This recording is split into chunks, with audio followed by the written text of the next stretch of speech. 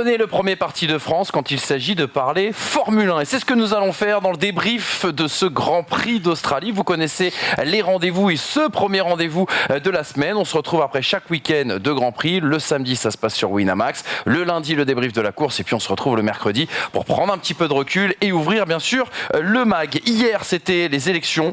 Et puisque il est le meilleur d'entre nous, eh bien, j'ai glissé son nom dans l'urne. Il s'appelle Hamza Rahmani. Salut Hamza. Ah, c'est gentil, je m'y attendais pas. Autant Brie, je m'y attendais, mais toi non. Tu vois. Je suis démago, tu sais. Voter pour moi, c'est pas très, quand même, c'est pas très, je sais pas. Moi, j'ai voté pour moi. T'as voté pour toi ? Ça fait 2 voix quand même. Hein. Ouais. Tu pèses. En Ile-de-France, je t'ai vu en tout cas référencé. Ça fait plus qu'Hidalgo en tout cas. Ça fait plus. Ça c'est vrai. Ça c'est vrai. On avait dit on parle pas de politique, mais voilà, c'est vrai que parfois c'est assez facile, on peut le faire. Tu n'es pas le seul d'ailleurs à avoir pris une voix, pas le seul pistonné à être comptabilisé officiellement d'une voix ce matin, puisque j'ai utilisé la procuration de mon frère pour voter pour ton parti d'opposition. Brice Germain est avec nous. Monsieur Rahmani, c'est un scandale ce que vous avez proposé. La FE à Paris, vous êtes sûr ? Vraiment ? C'est de la démagogie. Voilà. C'est du populisme, monsieur. Ça représente le mensonge politique. Les gars, c'était le Grand Prix d'Australie hier. Le Grand Prix d'Australie, qui revenait au calendrier du championnat du monde. La dernière édition était en 2019. On en avait été privé avec le Covid. Qu'est-ce que vous avez pensé un petit peu de ce week-end australien ? Je sais que sur Canal, il y avait une note de 14/20 qui m'a beaucoup étonné. Qu'est-ce que vous en pensez ? Est-ce que vous êtes ennuyé ? Est-ce que ça vous a plu ? Heureusement qu'il y a eu 2 safety cars, parce que sinon il n'y aurait pas eu 14/20, je pense. Hein. C'était pas bien différent de ce qu'on a connu en Australie. La seule vraie différence, c'est qu'encore une fois, ces monoplaces permettent plus de choses. Donc oui, il y a eu un peu plus d'activité, mais encore une fois, on a surtout eu plus de crash, plus de problématiques. S'il n'y a pas ce qui se passe avec Verstappen, il n'y a pas de deuxième safety car. Il n'y a pas Vettel, il n'y a pas de safety car. Donc c'est pas la course en elle-même, c'est ce qui s'y est passé avec des problèmes de fiabilité, des problèmes de voiture. Donc c'est pas vraiment le Grand Prix qui était exceptionnel. Disons qu'il y a eu des rebondissements. T'as réussi à pas t'endormir ? J'ai l'impression qu'à chaque Grand Prix matinal, c'est un peu le même constat. Alors je sais pas. Non, tu vieillis. Parce que peut-être, voilà. T'es pas du matin aussi.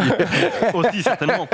Mais non, c'était pas un Grand Prix. Ouais, c'était pas ouf. Moins de 14. On est d'accord là-dessus. Bien moins que 14. 12. 11,5 ?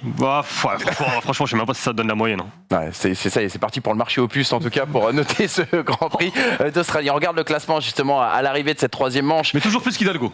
Toujours plus qu'Hidalgo, t'as raison. Je sais pour qui t'as voté, toi, du coup. Le classement de ce Grand Prix d'Australie. Regardez, avec la 4e victoire, notamment du monégasque Charles Leclerc, sa 2e cette saison. Une seule Red Bull à l'arrivée, c'est Perez qui est 2e. Le premier podium de George Russell pour Mercedes qui termine devant Hamilton. 2 McLaren dans le top 6. Ocon 7e, éloge de la régularité. Bottas, Gasly et bien sûr Alexander Albon complètent ce top 10. Ça nous emmène tout simplement directement au débrief de cette course. On ouvre cette grande page. Le débrief du Grand Prix d'Australie en 4 enseignements. Je vous propose de les découvrir tout de suite. Qu'est-ce qui a retenu l'attention des pistonnés ? Le premier enseignement forcément concerne Charles Leclerc. Il a giflé la concurrence ce week-end et on y reviendra dans quelques instants. Red Bull face à l'ombre de Mercedes. Est-ce que Red Bull va devoir se battre contre l'écurie allemande au classement bien sûr des constructeurs ? On va en parler avec les soucis bien sûr de fiabilité de l'écurie autrichienne. McLaren en forme. Je vous poserai la question de savoir est-ce que c'est circonstanciel ou est-ce que justement ces performances peuvent être durables ? Et puis, le dernier point concerne les stratégies. On a vu un Alex Albon audacieux, on a vu un Fernando Alonso mal récompensé. On l'évoquera bien évidemment dans quelques instants. Mais tout de suite, on fonce sur Ferrari, on fonce sur un pilote monégasque, Charles Leclerc, plus que jamais leader au championnat du monde des conducteurs. Après un week-end absolument parfait, il a réalisé son premier grand chelem. Eh bien, ce week-end, une domination surprise, nous disait-il, pour Ferrari du côté de l'Albert Park, où Ferrari attendait de meilleures performances pour Red Bull. Mais c'est bien la Ferrari qui avait plus de rythme. Moins de dégradation aussi également sur les pneus, une maîtrise totale malgré 2 restarts qui ont été gérés parfois un petit peu dans la douleur. Et puis ce constat qui s'impose à nous, ça y est, il a réalisé déjà après la 3e course un premier break sur Verstappen et sur Carlos Sainz. On rappelle que Verstappen a été en difficulté avec sa monoplace tout au long du week-end, qu'il a dû malheureusement abandonner, son 2e abandon en 3 courses. Sainz qui s'est fait piéger en qualification. Alors il y a son erreur en course qui abouti sur son abandon, mais il y avait aussi également des problèmes de volant, ce qui peut expliquer son départ un petit peu manqué. Le résultat, il est sans appel. Verstappen est à 46 points ce matin de Charles Leclerc et Carlos Sainz compte 38 points d'handicap. Les gars, un petit mot sur la belle moisson de Charles Leclerc, ce premier break dans cette saison 2022. 143 tours menés sur 165. 87% des tours menés de la saison l'ont été par Charles Leclerc. Statistiquement, ça place les choses déjà. Ça prouve quand même qu'il n'est pas un leader de circonstance, il est un leader de fait par la qualité de sa monoplace et la qualité de son pilotage et la sérénité qu'il a apporté pour le moment, encore une fois, chez Ferrari. Maintenant, la gifle, elle est à Melbourne, sur un circuit atypique, et on a bien vu que pour le moment, on n'a pas encore de certitude pleine et entière sur le fait que la Ferrari soit la voiture dominante. Pour le moment, elle est la voiture dominante par rapport à la fiabilité, parce que c'est quand même la seule qui n'a pas de problème, qui a fait ses programmes d'essai comme il le voulait. Oui, bien sûr. Oui, mais là, je parle des voitures qui jouent quelque chose. Mais en l'occurrence, Charles Leclerc a amené quand même, dans ses 3 premières courses, un solide bagage qui peut nous permettre de croire au fait qu'il va se mêler à la lutte sur le long terme. Et ce qui est vrai, c'est que les autres ont tous à un moment donné une problématique d'abandon, de fiabilité, de points, qui fait qu'aujourd'hui le deuxième c'est Russell et qu'il est tout seul là-haut pour le moment.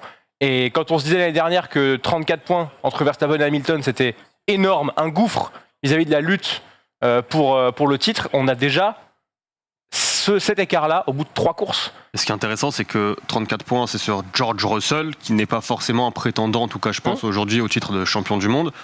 Depuis le passage à 25 points, depuis 2010 du coup, il y a eu l'écart en 2016 entre Rosberg et Hamilton qui était de 36 points après 3 courses, mais c'était entre le prétendant et son dauphin. Et la même voiture. La voiture égale. La même voiture, exactement. Non, mais ce qui est impressionnant, je trouve, avec au-delà de Charles Leclerc, c'est de la sérénité qui se dégage de chez Ferrari, que j'attribue et que j'ai aperçu au moment de l'arrêt de Max Verstappen, le tout premier et le seul d'ailleurs je crois arrêt de Max Verstappen. Quand il s'arrête, je me dis bêtement, Ferrari va suivre pour couvrir la stratégie de Verstappen, sauf que Leclerc semblait quand même assez serein et finalement il est resté je crois 4 ou 5 tours de plus.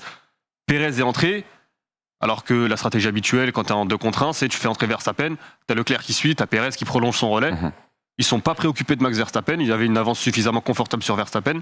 Ils sont restés, effectivement, je trouve la sérénité chez Ferrari qui se dégage, en tout cas sur ces 3 premières courses. Après, encore une fois, il reste 20 courses, 20 Grands Prix. Il reste 520 points, je crois, à attribuer avec les meilleurs tours. Mais c'est plutôt intéressant. C'est plutôt sérénité de Charles Leclerc plutôt que sérénité de Ferrari. On va y revenir. Tu vas nous parler de Carlos Sainz dans quelques instants. Juste restons très rapidement sur Charles Leclerc. La statistique 71 points pris sur 78 possibles. Il y a la statistique, on vient d'en parler, mais il y a aussi l'impression, les gars.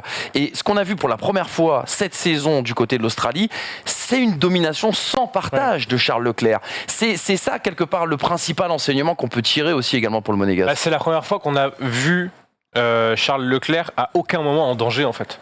À Bahreïn, Max Verstappen a toujours mis la pression. Là, il y a quand même eu 2 restarts avec des étapes pneumatiques différents à chaque fois. Même une chauffe de gomme différente pour Charles Leclerc qu'il a mis en énorme difficulté au premier restart. Deuxième restart, je sais. Deuxième restart.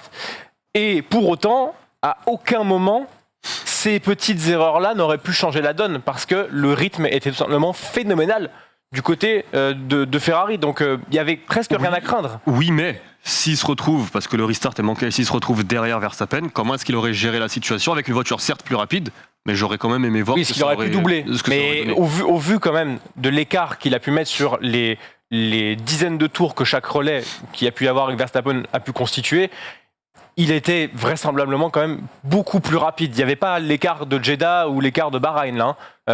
Ça se creusait en demi-seconde, voire 3/4 de seconde par tour. Donc c'était quand même en course assez phénoménal. Après, est-ce que Red Bull avait bridé quelque chose parce qu'il y avait déjà des alertes ? C'est possible aussi. Ferrari, selon les médias italiens, a quand même augmenté la puissance de son moteur pour Melbourne. Petite stat sympa, depuis 2011, les 9 pilotes qui ont fait un grand chelem sur une saison ont remporté le titre. Voilà, il n'y a que 2018, je crois, ou 2020 où il n'y a pas eu de grand chelem. Il y a eu moins de pilotes. Saisons. Il y a eu moins de pilotes qui ont fait de Grand Chelem que de pilotes qui ont gagné le championnat du monde. Ouais, 25 à 33. Aussi, c'est vrai. Et puis un point important juste sur la fin de course et l'histoire du meilleur tour. Quand chez Ferrari, c'est vrai que là j'ai commencé un peu à tiquer parce que chaque point, et on l'a vu plus que jamais la saison dernière, chaque point est important. Leclerc semblait assez serein pour aller améliorer son meilleur temps. Alors je ne sais pas s'il était au courant ou pas qu'il avait déjà le chrono. Voilà, chez Ferrari, on n'a pas voulu trop prendre de risques. Et finalement, heureusement que Leclerc dans le dernier tour améliore le meilleur tour, parce que le meilleur tour de Fernando Alonso lors de la dernière boucle avait battu le précédent meilleur tour de Charles Leclerc. Ce qui veut dire que si Leclerc n'avait pas amélioré son meilleur tour lors de la dernière boucle, il perd ce point du meilleur tour. Et mine de rien, ce que fait Ferrari en 3 courses, c'est ce qu'on a pu reprocher durant des années à certaines équipes qui arrivaient avec un package performant, mais qui ne s'en servaient pas comme il faut. Ferrari, aujourd'hui, en tout cas sur ces 3 premières courses, fait du Mercedes en termes d'optimisation. 71 points sur 78 possibles. Charles Leclerc, vous allez me dire. Pas l'ensemble du garage. Mais c'est quand même important de dire qu'ils ont amené ce package extrêmement performant et qu'il sert pour les points. Ce qui n'est pas le cas forcément, par exemple, pour Red Bull, même s'il y a ce problème de fiabilité. En 2020, Charles Leclerc pour atteindre 71 points, c'est Grand Prix du Portugal à l'automne. Ouais. En 2021, c'est Grand Prix de Grande-Bretagne, 12e et 8e course. Là, on a le package, on engrange, on moissonne, parce qu'on sait pertinemment que d'ici l'Europe, d'ici juillet, la hiérarchie peut changer parce que les évolutions vont être tellement grosses d'un coup à chaque fois par rapport à ce budget capé qu'on va devoir, dans tous les cas, sur chaque phase de la saison, engranger le plus possible. Ils sont devant maintenant, ils n'ont pas le droit à l'erreur. Là, 40 points, là, il est à peu près les 35-40 points qu'ils ont d'avance. Il faut continuer comme ça parce que si à Barcelone, une nouvelle hiérarchie s'installe, on va dire jusqu'à Silverstone, ces points-là peuvent leur servir pour être encore dans la course au moment d'amener une nouvelle amélioration en deuxième partie de saison. Le fameux matelas, bien évidemment. On a dit un grand gagnant, c'est Charles Leclerc, et puis il y a 2 perdants. Attaquons maintenant sur Carlos Sainz. Carlos Sainz qui a vécu un week-end difficile. Regardez cette déclaration à l'arrivée justement du Grand Prix. Ce week-end, nous n'étions pas parfaits en tant qu'équipe. Trop de problèmes de direction, les problèmes d'antidécrochage et les qualifications qui nous ont mis dos au mur. Tout ça m'a mis sous pression et je n'ai pas réagi en conséquence. Je n'aurais pas dû attaquer comme ça et être un petit peu plus patient. Carlos Sainz, on l'a vu, qui n'a pas été avec Ferrari tout au long de ce week-end. Autre déclaration que j'aurais pu vous mettre par exemple, il a déclaré après la course aussi également que Ferrari par exemple n'était pas préparé comme les autres pour la lutte pour le titre, en tout cas n'avait pas l'expérience de la lutte pour le titre. Qu'est-ce que vous pensez un petit peu de ce week-end de Carlos Sainz ? Je trouve que tout se joue le samedi et en fait c'est terrible parce qu'à une demi-seconde, c'est tout son week-end qui s'en retrouve chamboulé. Alors c'est vrai que sur le moment ça m'a un peu titillé parce que est-ce qu'il n'y aurait pas une modification à faire sur le règlement du drapeau rouge quand un pilote a passé la zone du crash? Est-ce que, parce qu'il y avait Sainz, il y avait Russell également qui était juste derrière, est-ce que tu laisses pas le pilote finir son tour, sachant que du coup le danger est déjà passé? Je sais pas, il y a peut-être quelque chose à faire, mais quand tu rates ton week-end à cause d'un crash d'un autre pilote, Fernando Alonso en l'occurrence, qui a un drapeau rouge, et que tu es obligé de faire un deuxième tour, enfin un seul tour en l'occurrence qualificatif, et que tu as des difficultés du coup à ce moment-là avec les pneus, tu te retrouves... Pour rebondir sur ce que tu dis, Leclerc, au moment où il passe la ligne, le crash a déjà eu lieu. On est sous double drapeau jaune. Donc en fait, c'est l'instant c'est pas le crash le problème, c'est l'instant de la décision de basculer de double drapeau jaune à drapeau rouge. Et d'ailleurs, en course, vous l'avez peut-être remarqué, désormais en course, la voiture de sécurité ou la voiture de sécurité virtuelle, elle met du temps, notamment sur le début de course. En premier tour, comme ils sont tous regroupés, les pilotes, elle met plus de temps à venir. Si par exemple, je te donne un exemple, tu as un crash au virage 7 et que tous les pilotes sont passés, on va laisser les pilotes terminer leur tour, parfois même rentrer dans le premier secteur, et à ce moment-là, on va déclencher la voiture de sécurité, virtuelle. Est-ce que faudrait pas faire pareil pour un drapeau rouge? Après, c'est différent parce qu'un crash comme celui de Fernando Alonso, il y a évidemment l'état de santé du pilote. C'est juste peut-être mettre le drapeau rouge, mais permettre aux pilotes qui sont passés de conclure leur tour. Les critiques et les réactions de Carlos Sainz, j'ai envie de vous entendre là-dessus, les gars, parce que c'est rare de voir un, entre guillemets, pilote numéro 2 rentrer comme ça un petit peu dans l'art de Ferrari lorsque Ferrari fait des erreurs. C'est excellent. Ne se considère pas comme un pilote numéro 2. Et c'est excellent. C'est que lui considère, il veut jouer sa chance jusqu'au bout et il sait que c'est maintenant que ça se passe. Et peut-être que pour Ferrari, le scénario idéal est en train de se dessiner, avec un Charles Leclerc qui est en train de prendre de gros points, avec un Carlos Sainz qui est en difficulté comptable, je l'entends. Et peut-être que pour Ferrari, c'est le moment pour dire, finalement, écoute, on regarde le championnat, il y a Charles Leclerc qui est devant, je suis désolé Carlos. Et Carlos, il le sent, forcément. Il se dit, c'est peut-être le moment, Felipe Massa, lorsqu'il joue le titre jusqu'au bout et que Kimi Raikkonen se met à son service, c'est aussi parce qu'à un moment, il a réussi, il fait une très bonne première partie de saison. Oui, mais c'est arrivé à Shanghai. Shanghai qui était 3 Grands Prix avant la fin à l'époque. Là, on est à 3 courses sur 23. Je pense que, à mon avis, Carlos Sainz a voulu remettre l'église au milieu du village sur 2 aspects. 1, je suis pas numéro 2. Je suis pilote Ferrari et Charles Leclerc l'est tout autant. Parce que pour le moment, il n'y a tellement pas eu de chance de jouer le titre qu'il n'y a pas vraiment en fait, d'importance dans le fait d'avoir un numéro 1 ou un numéro 2. Les voitures, il faut qu'elles mettent le plus de points possible, basta. Donc là, il a bien rappelé ça. Et en 2, ce qu'il a rappelé, c'est méfiez-vous quand même, vous vous souvenez du nombre de titres que vous avez perdus sur des erreurs aussi bêtes que ça. Sébastien Vettel ne pourra pas infirmer ce que je viens de dire et ce que Carlos Sainz a dit.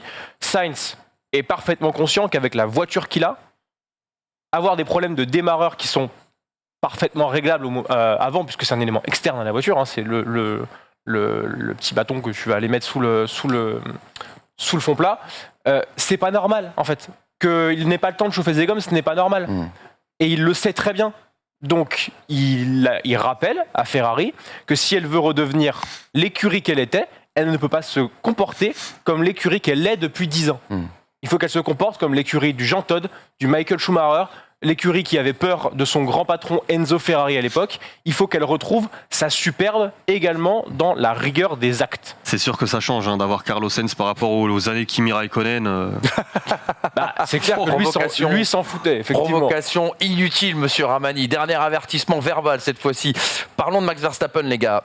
Très défaitiste à l'arrivée de cette course. 2e abandon en 3 courses. Max Verstappen qui disait ceci à l'arrivée, qui avouait ne plus penser au titre 2022. On a pris tellement de retard avec ces 2 abandons que je ne veux même pas penser à la lutte pour le titre pour le moment. Il est plus important de terminer les courses, mais nous n'avons même pas terminé la course, ce qui est assez frustrant, voire inacceptable. Si vous voulez vous battre pour le titre, ce genre de choses ne peut pas arriver. Max Verstappen ne joue plus le championnat aujourd'hui ? On a du mal à y croire quand même, les gars. En tout cas, à fiabilité constante sur la saison, c'est pas possible. Non mais les gars, avec cette fiabilité-là. Oui, non mais 3 abandons. Je suis pas sûr. 3 abandons sur 6 voitures. Je suis pas sûr. Non mais d'accord, il y a l'aspect factuel et comptable. Maintenant, je suis pas sûr que si demain ou si aujourd'hui tu interroges Max Verstappen, tu lui demandes est-ce que tu joues le titre ou pas, que honnêtement ils te disent non, je joue pas le titre parce que ma voiture n'est pas fiable. Mais lui, il jouera le titre dans tous les cas. Mais pour autant, à l'état actuel de la monoplace, bien sûr, va quand même falloir faire quelque chose et rapidement. Il y a quand même un sacré souci. Chez Red Bull, je parle pas d'AlphaTauri, chez Red Bull, 50% des courses n'ont pas été terminées. Il y a eu 6 courses, 3 pour Verstappen, 3 pour Perez, 2 abandons pour Verstappen, 1 pour Perez pour problème de fiabilité. 50%. Aujourd'hui, la Red Bull met une torgnole en termes de performance à la Mercedes. Aujourd'hui, Verstappen est derrière Hamilton au championnat, Perez est derrière Russell au championnat, Red Bull est derrière Mercedes au championnat. Donc la vérité, elle est là. La vérité, elle est simplement que aujourd'hui, par manque de fiabilité, Red Bull n'est pas en capacité de jouer correctement quelque chose sur le long terme. Maintenant, s'il trouve les problèmes de fiabilité, on n'en parlera plus. Mais à l'heure actuelle, c'est quand même dramatique pour Red Bull. Parce qu'ils sont 3e au championnat et qu'ils peuvent rapidement passer 4e si ça continue comme ça. On rappelle qu'ils sont 3e au constructeur avec 49 points de retard, notamment sur Ferrari après 3 courses.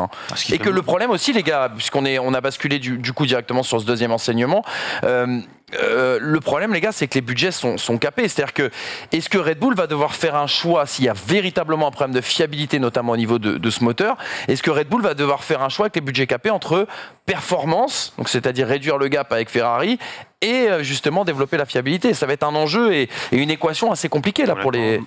Maintenant qu'ils ont remporté leur titre pilote qui importait tant, je pense, peut-être à tort, que le plus important pour eux, ce sera de développer la fiabilité pour performer sur le long terme. Voilà, c'est essayer de trouver une voiture fiable, mais performante aussi, évidemment, mais mais peut-être améliorer cet aspect. Et si, je sais pas, si dans 10 courses, ils sont largués au championnat, bon, bah, ce sera pas. Je suis pas sûr que ce soit dramatique. Et puis on parle pas d'Alpine. On parle pas d'une écurie qui a besoin de développer la performance pour retrouver les sommets. On parle d'une écurie qui est déjà au sommet, qui a déjà une voiture. Enfin, qui a quand même un retard aujourd'hui sur Ferrari, on le voit. De performance, On verra, forcément. ça sera circonstanciel peut-être à certains circuits, mais ce que je veux dire par là, c'est que Ferrari, le package a l'air en tout cas assez sain, on a l'air de le comprendre, la preuve c'est qu'on n'a pas apporté de nouveautés, c'est de l'optimisation de setting, et quelque part, Red Bull, on sent, ils ont été quand même archi dominés, alors c'est l'Australie, on ne tirera pas de conclusion sur le reste de la saison, mais il va falloir faire le développer ce concept quand même. Ouais, mais en termes d'optimisation de setup, ils sont très forts aussi, tu vois, donc ils y arrivent très bien, et je pense qu'à un moment donné, ça sert à rien de bosser les EL1, les EL2, les EL3, de faire une qualif et d'avoir les réglages parfaits si au final tu fais 40 tours sur 55, point barre. Il faut terminer ses courses, quoi. Et là, pour le coup, ils n'avaient pas les réglages parfaits ce week-end. Ah bah non, c'est que la Red Bull avait encore du potentiel. Aujourd'hui, Max Verstappen a terminé une course, il a 25 points, ceux de la victoire. Bah, fiabilisons ça. Ils n'avaient pas les réglages parfaits pour Verstappen peut-être. Perez, j'ai l'impression qu'il est quand même assez à l'aise. Perez, son début de saison, moi, il me plaît, très sincèrement. T'aurais pu de toute manière. Ses dépassements c'était Fernando Alonso, je crois, à 2 reprises.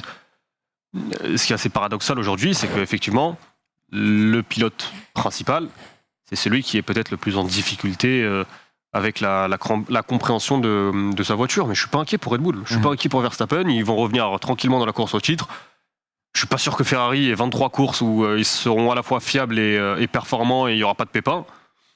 La saison est longue, 23 courses, c'est 520 points encore. Il y a 520 points en jeu. Exactement. Red Bull, alors pour vous, si je suis ce que tu viens de dire Hamza, pour toi, Red Bull est toujours dans la lutte au titre, bien sûr, avec Ferrari. Alors c'est vrai qu'on est très tôt dans la saison, qu'on va pas tirer non plus de conclusions trop hâtives.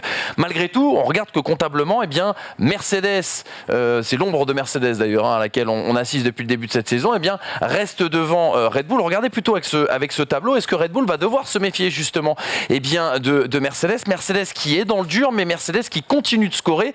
Toto Wolff disait après la course que Mercedes était la 5e force du plateau ce week-end. La safety car et l'abandon de Verstappen qui ont aidé George Russell à aller chercher son premier podium avec l'écurie allemande. Hamilton qui a été valeureux mais à nouveau malchanceux. Mais au final, ils sont 2e au constructeur avec 10 points d'avance sur Red Bull. On a l'impression que rien ne va en termes de performance chez Mercedes. Et pourtant, ils arrivent encore à scorer. Est-ce que ça peut être justement une menace pour Red Bull? Si la fiabilité n'est pas là chez Red Bull, oui. Voilà. Forcément. J'ai même envie de dire, même si la fiabilité est là, parce qu'encore une fois, c'est mon discours depuis le début de la saison, Mercedes va revenir. Donc si Mercedes revient en termes de fiabilité, surtout en termes de performance, bah, ils seront à la lutte, à la régulière avec Ferrari et Red Bull. Oui, Red Bull est en danger sur l'ensemble de la saison par rapport à Mercedes. Et encore une fois, bah, c'est le discours qu'on a tenu ces dernières années. Ce qui est impressionnant avec Mercedes, c'est qu'ils répondent toujours présents. Aujourd'hui, ils font 3 et 4. Mercedes, c'est l'écurie qui prend le plus de points hier devant Ferrari. Voilà. 27 points, Ferrari 26, McLaren 18, Red Bull 18. Si au début du week-end, ou si même samedi, tu m'avais dit que Mercedes allait prendre plus de points que quiconque et allait faire 3 et 4, tu n'aurais pas cru. Tu te rends compte quand même, c'est quand même incroyable. C'est l'écurie. C'est écœurant, quoi. Mais c'est l'écurie. Non, écœurant peut-être pas là, parce qu'ils sont pas à la lutte quand même. Mais c'est fou de se dire qu'ils sont dans une panade pas possible et que finalement, c'est pas si compliqué que ça que d'aller chercher en fait les points. C'est les points que Ferrari allait prendre l'année dernière. C'est le tir groupé. On fait notre course. De toute façon, on est dans un no man's land. On va pas aller s'accrocher, ça va être ridicule. On va pas tenter le diable sur les stratégies, ça va être ridicule. On profite de notre no man's land et concrètement, si ça s'accroche entre Verstappen et Leclerc, s'il y a des problèmes de fiabilité pour Red Bull, s'il y a Carlos Sainz qui est pas là, nous, on est là. Et en l'occurrence, les 2 podiums que Mercedes est allé chercher, c'est des podiums que Mercedes est allé chercher parce que Red Bull les a laissés partir à cause de la fiabilité. Donc, Mercedes est derrière. Ok, vous finissez pas votre assiette, très bien, on va la terminer à votre place et croyez-moi, on va pas s'en priver. Vous l'avez dit, Mercedes peut être écœurant, on va dire, sur le côté clutch, le côté d'aller chercher les points, de mettre les points, en tout cas même lorsque la performance n'est pas là. On a quand même un garçon qui est écœuré et c'est pour terminer et boucler la boucle sur Mercedes, l'avis de Lewis Hamilton sur cette W13. Vous allez voir, il a sorti la sulfateuse tout au long du week-end. Lewis Hamilton, j'aimerais bien être optimiste et penser que nous allons progresser, mais ce n'est pas le cas. C'est la pire voiture que j'ai jamais connue et nous n'arrivons pas à nous débarrasser du rebond.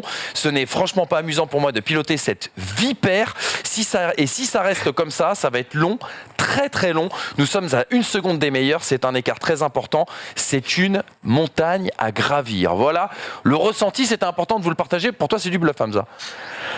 Une voiture qu'il a connue tout de suite, les extrêmes.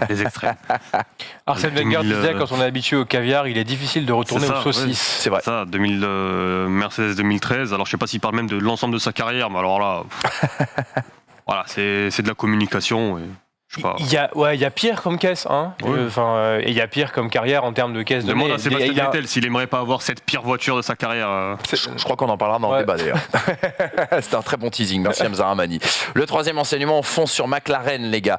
McLaren, regain de forme pour ce week-end, une MCL 36 qui semble bien aimer l'Albert Park. La voiture, je le rappelle, n'a pas évolué depuis Bahreïn, mais ce circuit plus doux, plus rapide et mieux adapté à McLaren, comme a pu le dire Lando Norris, a vu une voiture plus équilibrée, a vu une voiture aussi également plus économe, qui a mieux compris la gestion de ses pneus. Alors il y a la théorie du revêtement, vous reviendrez peut-être dessus, qui a été développée notamment par les équipes Canal tout au long de ce week-end. En tout cas, à l'arrivée, c'est une performance inespérée. Confirmation déjà des progrès saoudiens, avec 2 voitures en Q3 en qualification. Ils ont quand même été dans le rythme des Mercedes sur la première partie de course, c'est quelque chose d'assez intéressant. Au final, c'est 2 voitures dans le top 6, 18 points pris pour McLaren qui reprend la 4e place au constructeur. Alors est-ce que ce regain de forme peut être durable ou est-ce que c'est uniquement circonstanciel, uniquement dû à ce tracé, pourquoi pas ce revêtement de l'Albert Park? Oui. Pour moi, c'est circonstanciel à l'Albert Park parce que le circuit est très très particulier et je le disais samedi déjà, je ne veux pas tirer de conclusion sur ce qui se passe à Melbourne en termes de performance. Norris l'a dit lui-même, si on retournait la semaine prochaine à Bahreïn, on se requalifierait 13e de la même manière. Pourquoi ? Parce qu'il sait pertinemment qu'il n'y a pas d'évolution sur sa voiture. Donc, l'Albert Park joue pour les points faibles de la McLaren, à savoir que McLaren a des problèmes de frein. Les freins sont moins utilisés à l'Albert Park qu'à Jeddah et à Bahreïn. Et la McLaren a un problème de moteur Mercedes qui n'est pas assez performant. Et l'Albert Park n'est pas un circuit de moteur à proprement parler. Donc du coup, le châssis a peut-être fait un peu la part belle. Et le châssis est peut-être, entre guillemets, l'équivalent de celui de la Mercedes. Et on s'est retrouvé avec des McLaren qui se sont bien qualifiés. Mais en attendant, dès qu'on va retourner sur un circuit plus traditionnel, je pense qu'on va retrouver des McLaren qui vont pas forcément retomber au niveau de Jeddah, parce que Jeddah c'était particulier au niveau du moteur, mais qui vont retomber à leur position qui semble être entre... Jeddah, il y avait quand même un gain de performance par rapport à Bahreïn quand même, un step-up. Tu avais les 2 pilotes à l'entrée, on va dire, de la Q3, tu as quand même Norris qui met des points, même s'il y a eu des circonstances, etc. C'était pas la catastrophe de Bahreïn. Je pense pas que ce soit forcément McLaren qui a augmenté, que plutôt Haas et Alpha qui est baissé dans la hiérarchie. Qui est un petit peu rétrogradé par rapport à la surprise du premier GP. De toute façon, je pense pas qu'ils aient trouvé quelque chose parce qu'ils n'ont rien apporté de différent et ils essaient encore de comprendre ce qui ne va pas. Donc quand tu es en phase de compréhension, je suis pas sûr que ce soit le moment, alors peut-être avec un réglage hasardeux, c'est quand même très rare, on parle de technologie de pointe, donc je pense vraiment que c'est circonstanciel et j'ai bien peur qu'on retrouve la McLaren 4 voire 5 places en dessous des Imola, même si Imola, c'est vrai, est aussi un tracé atypique et peut permettre à McLaren de performer, mais dès qu'on va arriver par exemple à Barcelone, je pense que ça va être plus compliqué. Je n'ai pas la réponse à ta question, pour être honnête. La théorie de Franck Montagny, honnêtement, j'ai pas les compétences pour avoir un avis dessus. Je sais pas. Honnêtement, je sais pas quoi penser en fait de ce bon résultat quand même. On va pas se le cacher. Je sais pas. J'ai vraiment pas d'avis. J'attends Imola, j'attends chaque Grand Prix en fait. C'est l'inconnu pour moi. McLaren, ils sont arrivés, comme tu le disais, sans amélioration. Je sais pas quoi en penser. À noter un truc quand même, c'est que visiblement, c'était le circuit pour une raison simple. Daniel Ricciardo était au niveau de Lando Norris. Pour moi, ça signifie une chose, c'est que la monoplace sur ce circuit était facile à conduire. Parce que l'écart de performance entre Norris et Ricciardo est souvent justifié par le fait que Ricciardo n'arrive pas à conduire la McLaren. Donc, si là, Norris et Ricciardo se suivent tout du long, c'est que le circuit favorise le pilotage de cette monoplace, à mon sens. Après, on peut aussi dire le patriotisme, Ricciardo chez lui, Ricciardo qui est un très grand pilote et juste c'est normal qu'il revienne, ok, mais il y a eu des écarts cette saison aussi entre Ricciardo et Norris, là c'était vraiment collé. Donc je me dis que tout simplement le package était bon, ça correspondait bien, c'était plus facile et ça justifie un peu plus le tir groupé de McLaren qui prend quand même 18 points. Quoi. Si on devait tirer le bilan pour McLaren, on pourrait dire que oui, ce week-end, ils ont mieux compris leur package, mieux exploité leur package, mais ça ne veut pas dire que les enseignements qu'eux ont tirés après l'Australie seront valables à Imola et sur les autres circuits de cette saison, si je vous ai bien compris. Fonçons du coup, les gars, sur le 4e enseignement. Il y a Albon qui rit et il y a Alonso qui pleure, et je pense qu'on a été nombreux à pleurer avec Fernando ce week-end. Albon, déjà la stratégie gagnante, un premier relais qualif comme il l'a qualifié justement Alex Albon à l'arrivée de cette course, de 57 tours sur les durs. Il a effectué en fait son arrêt obligatoire dans le dernier tour tout simplement, la FW44 qui marche bien mieux en tout cas avec les pneus spécification C2 qui était la gomme dure ce week-end. La 9e équipe aussi également, Williams a marqué des points avec ce coup audacieux, et puisqu'on parle d'Albon, eh bien on pourrait comparer, puisqu'on parle de stratégie, au cas de Fernando Alonso qui a fait un excellent tour en Q3 qui a été ruiné par un problème hydraulique, qui a fait un super relais en dur miné par la sortie de la virtual safety car. Il a chaussé les médiums à ce moment-là, il s'est retrouvé en souffrance, cet arrêt était trop prématuré, il a dû repasser par les stands, ce qui a ruiné complètement sa course. Et le paradoxe Alonso, c'est-à-dire 2 excellents week-ends mais 0 point pris. Hamza, tu voulais insister sur cette stratégie un peu nouvelle qu'on a vue justement de la part d'Alex Albon. J'en parlais il y a 2 semaines en Arabie Saoudite. C'est vrai. C'est ce que je disais de Lewis Hamilton et de Mercedes, de ne pas avoir tenté, de ne pas avoir pris le risque d'aller jusqu'au bout, attendre une éventuelle voiture de sécurité et derrière de faire un dernier tour sur une gomme plus tendre. C'est ce qu'a fait Albon, c'est ce qu'ont tenté les hommes de Williams, et pour cela il faut les féliciter. L'audace a été récompensée, bravo à eux. Ce que je trouve très intéressant pour Williams, c'est que, alors, la stratégie, on va l'expliquer, ils attendaient une voiture de sécurité éventuelle qui pourrait arriver sur la fin pour avoir un arrêt gratuit, comme a eu George Russell, par exemple, qui a été le grand gagnant de la voiture de sécurité, de la première voiture de sécurité. Il n'y avait pas grand-chose à perdre, parce que si ça ne marchait pas, éventuellement, tu finissais hors des points. Donc là, ce qu'ils ont fait, comme il l'a très bien dit Albon, c'est qu'ils ont fait 15 tours, à partir de la 2e safety car, ils ont fait 15 tours de qualif, où ils collaient en moyenne entre 8 dixièmes et 1 seconde 5 à ses concurrents directs. Alors je parle pas de Bottas qui était juste derrière, je parle pas je crois que c'était Ocon qui était aussi derrière, mais des autres, pour la 10e place. Il y avait Joe, il y avait Alonso, il y avait Schumacher, il y avait Magnussen, etc. Ces pilotes-là, ils leur collaient parfois même 2 secondes au tour, sur quelques tours.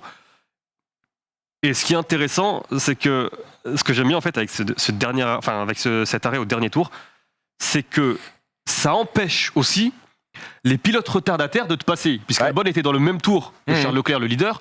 Si Charles Leclerc avait passé, par exemple, Guan Yu Zhou le 10e, Albon pouvait faire son arrêt tranquillement, ressortir tranquillement, et quoi qu'il arrive, être assuré de la 10e place. Bon, ça n'a pas été le cas parce que Joe est resté dans le tour de Charles Leclerc. Et ce qui est intéressant, parce qu'on n'a pas vu l'arrêt, c'est que l'arrêt d'Alex Albon, il est raté. Il y a une erreur au niveau de l'avant gauche qui lui fait perdre environ 2 secondes. Et autre instant de réussite pour Albon, c'est que lorsqu'il sort juste devant Guan Yu Zhou au virage 1, il ralentit avant pour le croiser et il se rate complètement parce que sinon il n'y a jamais l'assurance en Formule 1, mais il y avait quand même une forte probabilité de voir Guan Yu Zhou devant Alex Albon et alors après rester devant ou pas. Mais voilà, l'audace a été récompensée. Bravo à Williams, bravo à Alex Albon. Ça fait plaisir de retrouver Albon dans les points, ça fait plaisir de voir Williams marquer un point. Et une stratégie, je vais aussi l'évoquer très rapidement, celle de Lance Stroll. Alors on fera un débat tout à l'heure à Aston Martin, mais pareil, l'audace, alors ça n'a pas payé, mais moi c'est pas le résultat que je salue, aussi bien pour Albon que pour Stroll, c'est la prise de risque. Voilà, il n'y avait pas grand chose à perdre. Il s'arrête au premier ou au 2e tour sur la voiture de sécurité. Il part en dur, il s'arrête pour mettre les médiums, pour remettre ensuite les durs, pour faire ce long relais jusqu'à la fin de la course. Ça n'a pas payé parce que Stroll est un pilote particulier, parce qu'il y a eu cette pénalité de 5 secondes. Garde tes billes. Non, mais c'était pas méchant. Non, mais c'est une blague, t'inquiète. Mais il fait 10, non, sinon non, il fait 8. Stroll ? Ouais. S'il n'y a pas la pénalité, je veux dire. S'il n'y a pas la pénalité et s'il défend à peu près correctement, oui, il peut faire. Tu ne sauras jamais. S'il avait défendu correctement, peut-être qu'il aurait. Effectivement, rien que pour ça, voilà, ce sont des stratégies audacieuses que j'ai aimées. Moi, j'aime voir l'audace, j'aime voir ces stratégies différentes et bravo à eux. Alors, parce que tu es allé très loin. Les C2, les C3, les C5, c'est déjà inhabituel pour nous de voir ces 3 composés mis ensemble sur sur un week-end de Grand Prix. Et du coup, au vu de la performance des pneumatiques, au vu de ce qu'a fait Alex Albon, sachant qu'il a roulé mode qualif avec ses pneus, je me dis, est-ce que c'est de l'audace ou est-ce que c'est un coup de machine à sous? Parce que j'ai l'impression que depuis le début de la saison, au niveau fonctionnement des pneumatiques, personne n'y comprend rien. Mais qu'est-ce que tu y perds, machine à sous, d'accord? Qu'est-ce que tu y perds? Ah mais Tu bien tentes. sûr, surtout quand tu as une Williams qui a visiblement rétrogradé en performance depuis l'année dernière. Donc oui, effectivement, tu peux tenter des trucs. Mais ce que je veux dire, c'est que je sais pas si je dois saluer un coup de stratège qui avait compris quelque chose ou si je dois saluer le mec qui a osé. Juste, Tu vois, je tiens quand même à être clair sur ce point-là. Dans l'éventualité où c'était pas entre guillemets volontaire et c'était pas une stratégie préméditée, bah moi, la prise de risque, le hasard, si tu veux qualifier ça de hasard, de la petite pièce, appelle ça comme tu veux, on peut être réducteur même, il n'y a pas de problème, mais je salue cette prise d'initiative. C'est tout ce que je dis. Après, je te dis pas que ils avaient prémédité de faire 57 tours en dur, c'est pas ce que je te dis. Non. Ils ont su s'adapter aux différentes circonstances, aux différentes situations de course, aux faits de course. Et à la fin, bon, en l'occurrence, Albon est récompensé.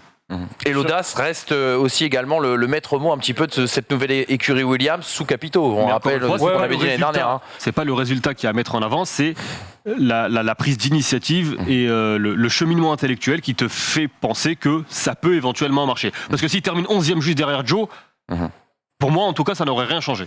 Juste un mot les gars, juste un mot sur le week-end de Fernando Alonso. Avec cette déclaration, regardez-la parce qu'elle est symptomatique un petit peu de la frustration qui peut justement ronger le pilote espagnol après ce week-end. On n'a jamais la garantie d'être aussi rapide d'un week-end à l'autre et quand on est rapide sur un circuit, eh bien tous les malheurs s'abattent sur nous. C'est de la folie. On aurait pu battre George Russell et atteindre le podium. Nous étions assez rapides, beaucoup plus rapides que les Mercedes à Melbourne. Donc nous avons perdu une grande opportunité. Un mot sur le week-end de Fernando Alonso, les gars. Par regret. tu trouves pas qu'il va un peu loin là quand même? Parce que Non, il a juste le un rythme mot. en qualif. Sur le samedi, tout le monde s'est enflammé sur une pole position. Oui, Il y avait non, d'accord, non, non, il y avait on est 2-0, d'accord. il y Mais avait même pas lui. de pole. Non, mais C'était sur le premier ça aurait pu être une deuxième il était ligne. Hein. peut-être en train d'améliorer. Ouais. Après, on ne saura pas si Alors- Leclerc a largement amélioré lors du deuxième round. Peut-être qu'Alonso aurait amélioré, aurait joué la pole, mais ne venez pas me dire qu'Alonso est passé à côté de la pole parce qu'il se crache. On J'ai n'en sait rien. comparé les S1 et S2 avec les S1 et S2 de Leclerc sur son Le tour de pôle deuxième. et il est quand même devant. Alonso ? Oui. Oui, mais encore une fois, on n'en sait rien sur le troisième secteur. On peut Bien pas sûr. savoir. On ne Je suis peut d'accord. pas savoir. Maintenant, effectivement, quoi qu'il arrive, qu'Alonso fasse pole, et je sais que j'aurais aimé le voir en pole, mais qu'il Ah fasse deuxième ligne, qui part troisième, ça reste forcément un résultat ultra positif et ça te met dans d'excellentes conditions pour la course. Donc oui, il y a de gros regrets de ne pas voir ce que Fernando Alonso, cette Alpine aurait donné dans une circonstance de course favorable. Là, effectivement, malheureusement pour lui, en plus, sur la première voiture de sécurité, il demande à rentrer au stand. Enfin, il demande est-ce qu'on doit entrer au stand. On lui dit non. Ouais. Et Alonso, qu'est-ce qu'il répond? Je crois qu'on vient de perdre la course, les gars. Non mais tu Mais sais, là-dessus, oui. Mais j'ai l'impression quand même que son week-end, il est. Dans sa tête, il est resté bloqué au samedi. Parce que le rythme de l'Alpine en qualification, incroyable. Bravo, chapeau, j'ai été impressionné. Je me suis dit, Celui putain, le d'Alonso, retour. même. Parce que Ocon, il était derrière. Hein. oui, Oui, C'est clairement. celui d'Alonso qui était. Mais le rythme d'Alpine en course, à quel moment il gratte son Grand Prix, à quel moment il jouait un podium, enfin. Derrière, c'est vrai qu'il n'arrive pas à passer Joe, il n'arrive pas à passer toute cette Enfin, clique du milieu. Mais bon, il était. Les points, c'est le dimanche, Il y a hein. du graining rapidement. Encore une fois, c'est pas parce qu'il a buté pour la 10e place que s'il était parti 3e, dans des circonstances différentes, avec pas forcément de concurrence, parce que Leclerc, je pense, quand même était sur un rythme. Enfin, lui, il était au-dessus du monde. Mais on ne peut pas savoir ce que ça aurait donné sans concurrence dans sa qu'il propre pense ça. course. Je pense Je qu'il sais pense pas. ça parce qu'à Jeddah, il voyait bien qu'ils avaient le rythme des Mercedes. À Jeddah. Mais peut-être qu'il l'avait. Il a dit un truc dans le week-end qui était intéressant, c'était après les qualifs justement, il dit ça fait des années que je n'ai pas eu une voiture aussi forte, que je n'ai pas eu d'aussi bonnes sensations en tout cas dans une Formule 1. Ceci explique cela peut-être, Mais cet énorme regret, c'est qu'il y a un feeling qui est très très bon et du coup il n'y a pas le résultat qui va avec, c'est de la frustration. Son premier run, il est excellent. Fernando Alonso en dur, Oui. jusqu'au moment de la voiture de sécurité. Alors après, ça fait Tout partie le monde s'est arrêté aussi, ça tu fait vois. partie enfin. du sport automobile où la voiture de sécurité, elle arrive parfois au bon moment, parfois au mauvais moment. Là, ça arrivait au mauvais moment. Mais tu peux pas reprocher à Fernando Alonso de penser qu'il est passé à côté d'un gros résultat au vu même de sa première partie de Je course. suis tout à fait d'accord, surtout qu'en plus on a vu que Esteban Ocon a été régulier et a fait un bon résultat. Excuse-moi, quand tu vois ce qu'a fait Alex Albon, tu peux me laisser croire que Fernando Alonso, dans cette même stratégie, aurait pu faire quelque chose de grand. Ça, c'est sûr. Oui, mais je trouve que quand même dans sa déclaration, il reste trop bloqué vis-à-vis de ce qui s'est passé samedi et que concrètement, il n'a pas intégré au moment où il parle de ça le fait que le rythme de l'Alpine en course était bien moins performant qu'en qualification et que jouer le podium quand en face il y a une Red Bull qui marche et une Ferrari qui marche et que la troisième voiture c'était quand même Russell qui n'a pas eu un pépin du week-end. Je trouve que c'est quand même un petit peu osé de dire ça. Je préférerais d'abord qu'on voit un week-end aligné complet sur la performance d'Alpine plutôt que de dire là on jouait le podium. Je pense pas. Je pense qu'on joue la P5, la P6, la rigueur. Il joue le podium, très rapidement pour terminer, il joue le podium parce que Verstappen abandonne et parce que Sainz abandonne. C'est qu'il y a une troisième place derrière Leclerc et l'Alpine avait le rythme de la McLaren, je suis pas sûr, tu vois. En tout cas, pour Fernando Alonso, tu as vu, la déclaration était très claire. Je tiens à noter, mon cher Hamza, qu'on a retrouvé le vrai Brice Germain parce que samedi, j'ai fait une émission avec lui sur Pole Position sur Winamax et il nous a fait une tirade de 1 minute 22, une tirade d'amour pour Fernando Alonso. Je me suis dit, mince, il est malade, j'ai pris sa température. En effet, il avait 39,5 de fièvre et je suis ravi que le Doliprane ait fait effet. On peut devenir quelqu'un de sensé et objectif, même à tout âge. Ça peut venir. Même en dehors de ce plateau, sur le tard, mais ça peut venir. J'ai juste reçu un chèque. Enfin, faut arrêter. C'était bien dit. Les gars, on fait un petit point tout de suite sur le classement des pilotes, le classement des constructeurs qui va apparaître sur votre écran avec Charles Leclerc, vous l'avez compris, largement en tête, en tout cas devant George Russell, c'est l'invité surprise à la deuxième place. Et puis du côté des constructeurs, on notera aussi que Ocon n'est qu'à 5 points de Max Verstappen et à 8 points de Lewis Hamilton. Profitez-en, ce n'est que le début de saison, bien évidemment. Et puis Ferrari aussi également, 104 points, Mercedes deuxième avec 65 points et Red Bull 55. L'écart déjà assez important avec McLaren, Alpine, Alfa Romeo et le reste du plateau. Seul Aston Martin n'a pas marqué de points. Je tiens à dire quand même qu'on avait peur qu'il n'y ait pas de lutte en 2022. Aujourd'hui, Hamilton et Verstappen sont à 3 points d'écart. Exactement. Le championnat est bien présent. C'est comme l'année dernière, c'est magnifique. On fait fi, bien sûr, de ce qui se passe en haut. Je le disais, samedi, les gars, il y avait une émission qui s'appelle Pole Position. Je vous invite à la regarder. Ça se passe sur Winamax TV. Il y a notre ami le Pit Stop, Antoine, qui est dans l'équipage de ce junior team des pistonnés. Voilà, on est un petit peu comme Red Bull. On brasse, j'allais dire, on brasse pas du tout, mais on a 2 écuries et on essaye de les faire cohabiter ensemble. Le sujet était au sujet, de l'accrochage du crash entre Latifi et Stroll, un sujet qui a fait beaucoup parler. Je propose de retrouver l'avis de Brice Germain sur ce crash et je prendrai le tien, Hamza, juste après. Moi, je pense qu'on a quand même eu affaire à la connerie de 2 mecs. Là. Stroll fait n'importe quoi, oui. Mais Latifi, pourquoi il laisse passer un mec pour le repasser en pleine accélération derrière? C'est vrai qu'il n'est pas tout seul dans son cerveau, dans sa tête, lui. Cette image-là, tu mets la musique de Mr Bean, tu la mets dessus. Ah, c'est un gag, mais somptueux. Il n'y en a pas un pour racheter l'autre, je trouve. C'était lunaire. Alors maintenant, ça pose une autre question. Quand je vois que Latifi, il a craché 3 caisses depuis le début de saison en 3 Grands Prix, record en cours. Attends, la course de demain n'est pas partie encore. Oui, mais attends, c'est bien, ça veut dire qu'il en crache qu'un par week-end, c'est pas mal. Que Lance Stroll, je sais pas comment il a pété aussi de trucs cette saison, à un moment donné, il y a ce qu'on appelle les budget cap. C'est-à-dire qu'ils ne pourront pas mettre de l'argent dans les châssis de rechange tout le temps. Donc à un moment donné, je me demande si des pilotes comme Latifi ou Stroll qui ont tendance à péter des bagnoles, Latifi plus que Stroll, c'est vrai, faut être honnête. Je me demande quand même s'ils vont réussir à terminer la saison. Parce que quand on a vu déjà que Mick Schumacher qui pète un châssis, aujourd'hui chez Haas, ils n'ont pas de châssis de rechange.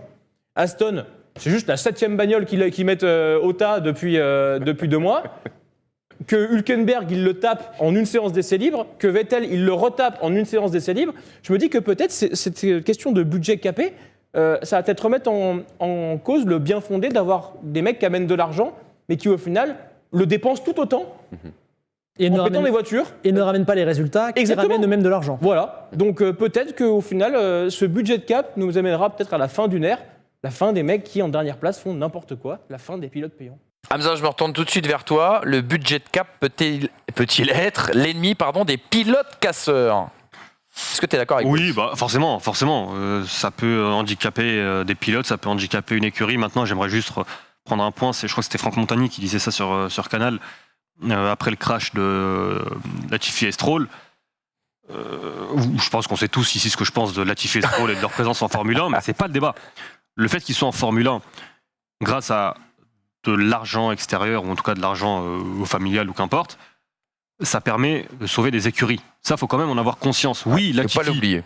Et pas le meilleur pilote aujourd'hui du plateau. Oui, Lance Stroll, pareil, c'est pas le crack de ce championnat du monde de Formule 1.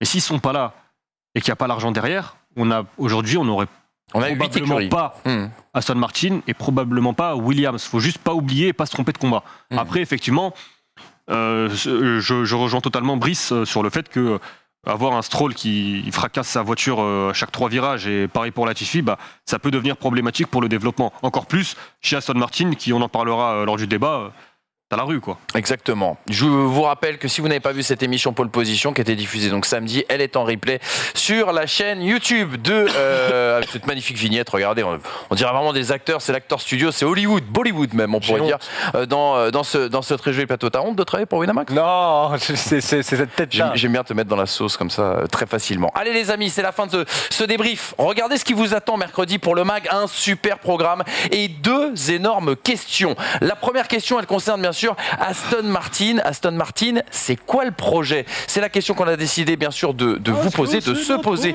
aussi également. Et on aura l'entretien. Éric Bouillet est notre invité cette semaine. Et la question qu'on a décidé de lui poser, le Grand Prix de France est-il en danger ? C'est une question qu'on n'avait pas posée à notre ami Pierre Guyonnet. Et on a posé à Éric Bouillet qui va nous parler justement de l'avenir du Grand Prix de France. Un entretien passionnant. C'est la première partie que nous a offert en tout cas Éric Bouillet. Tu aimes bien cette musique ?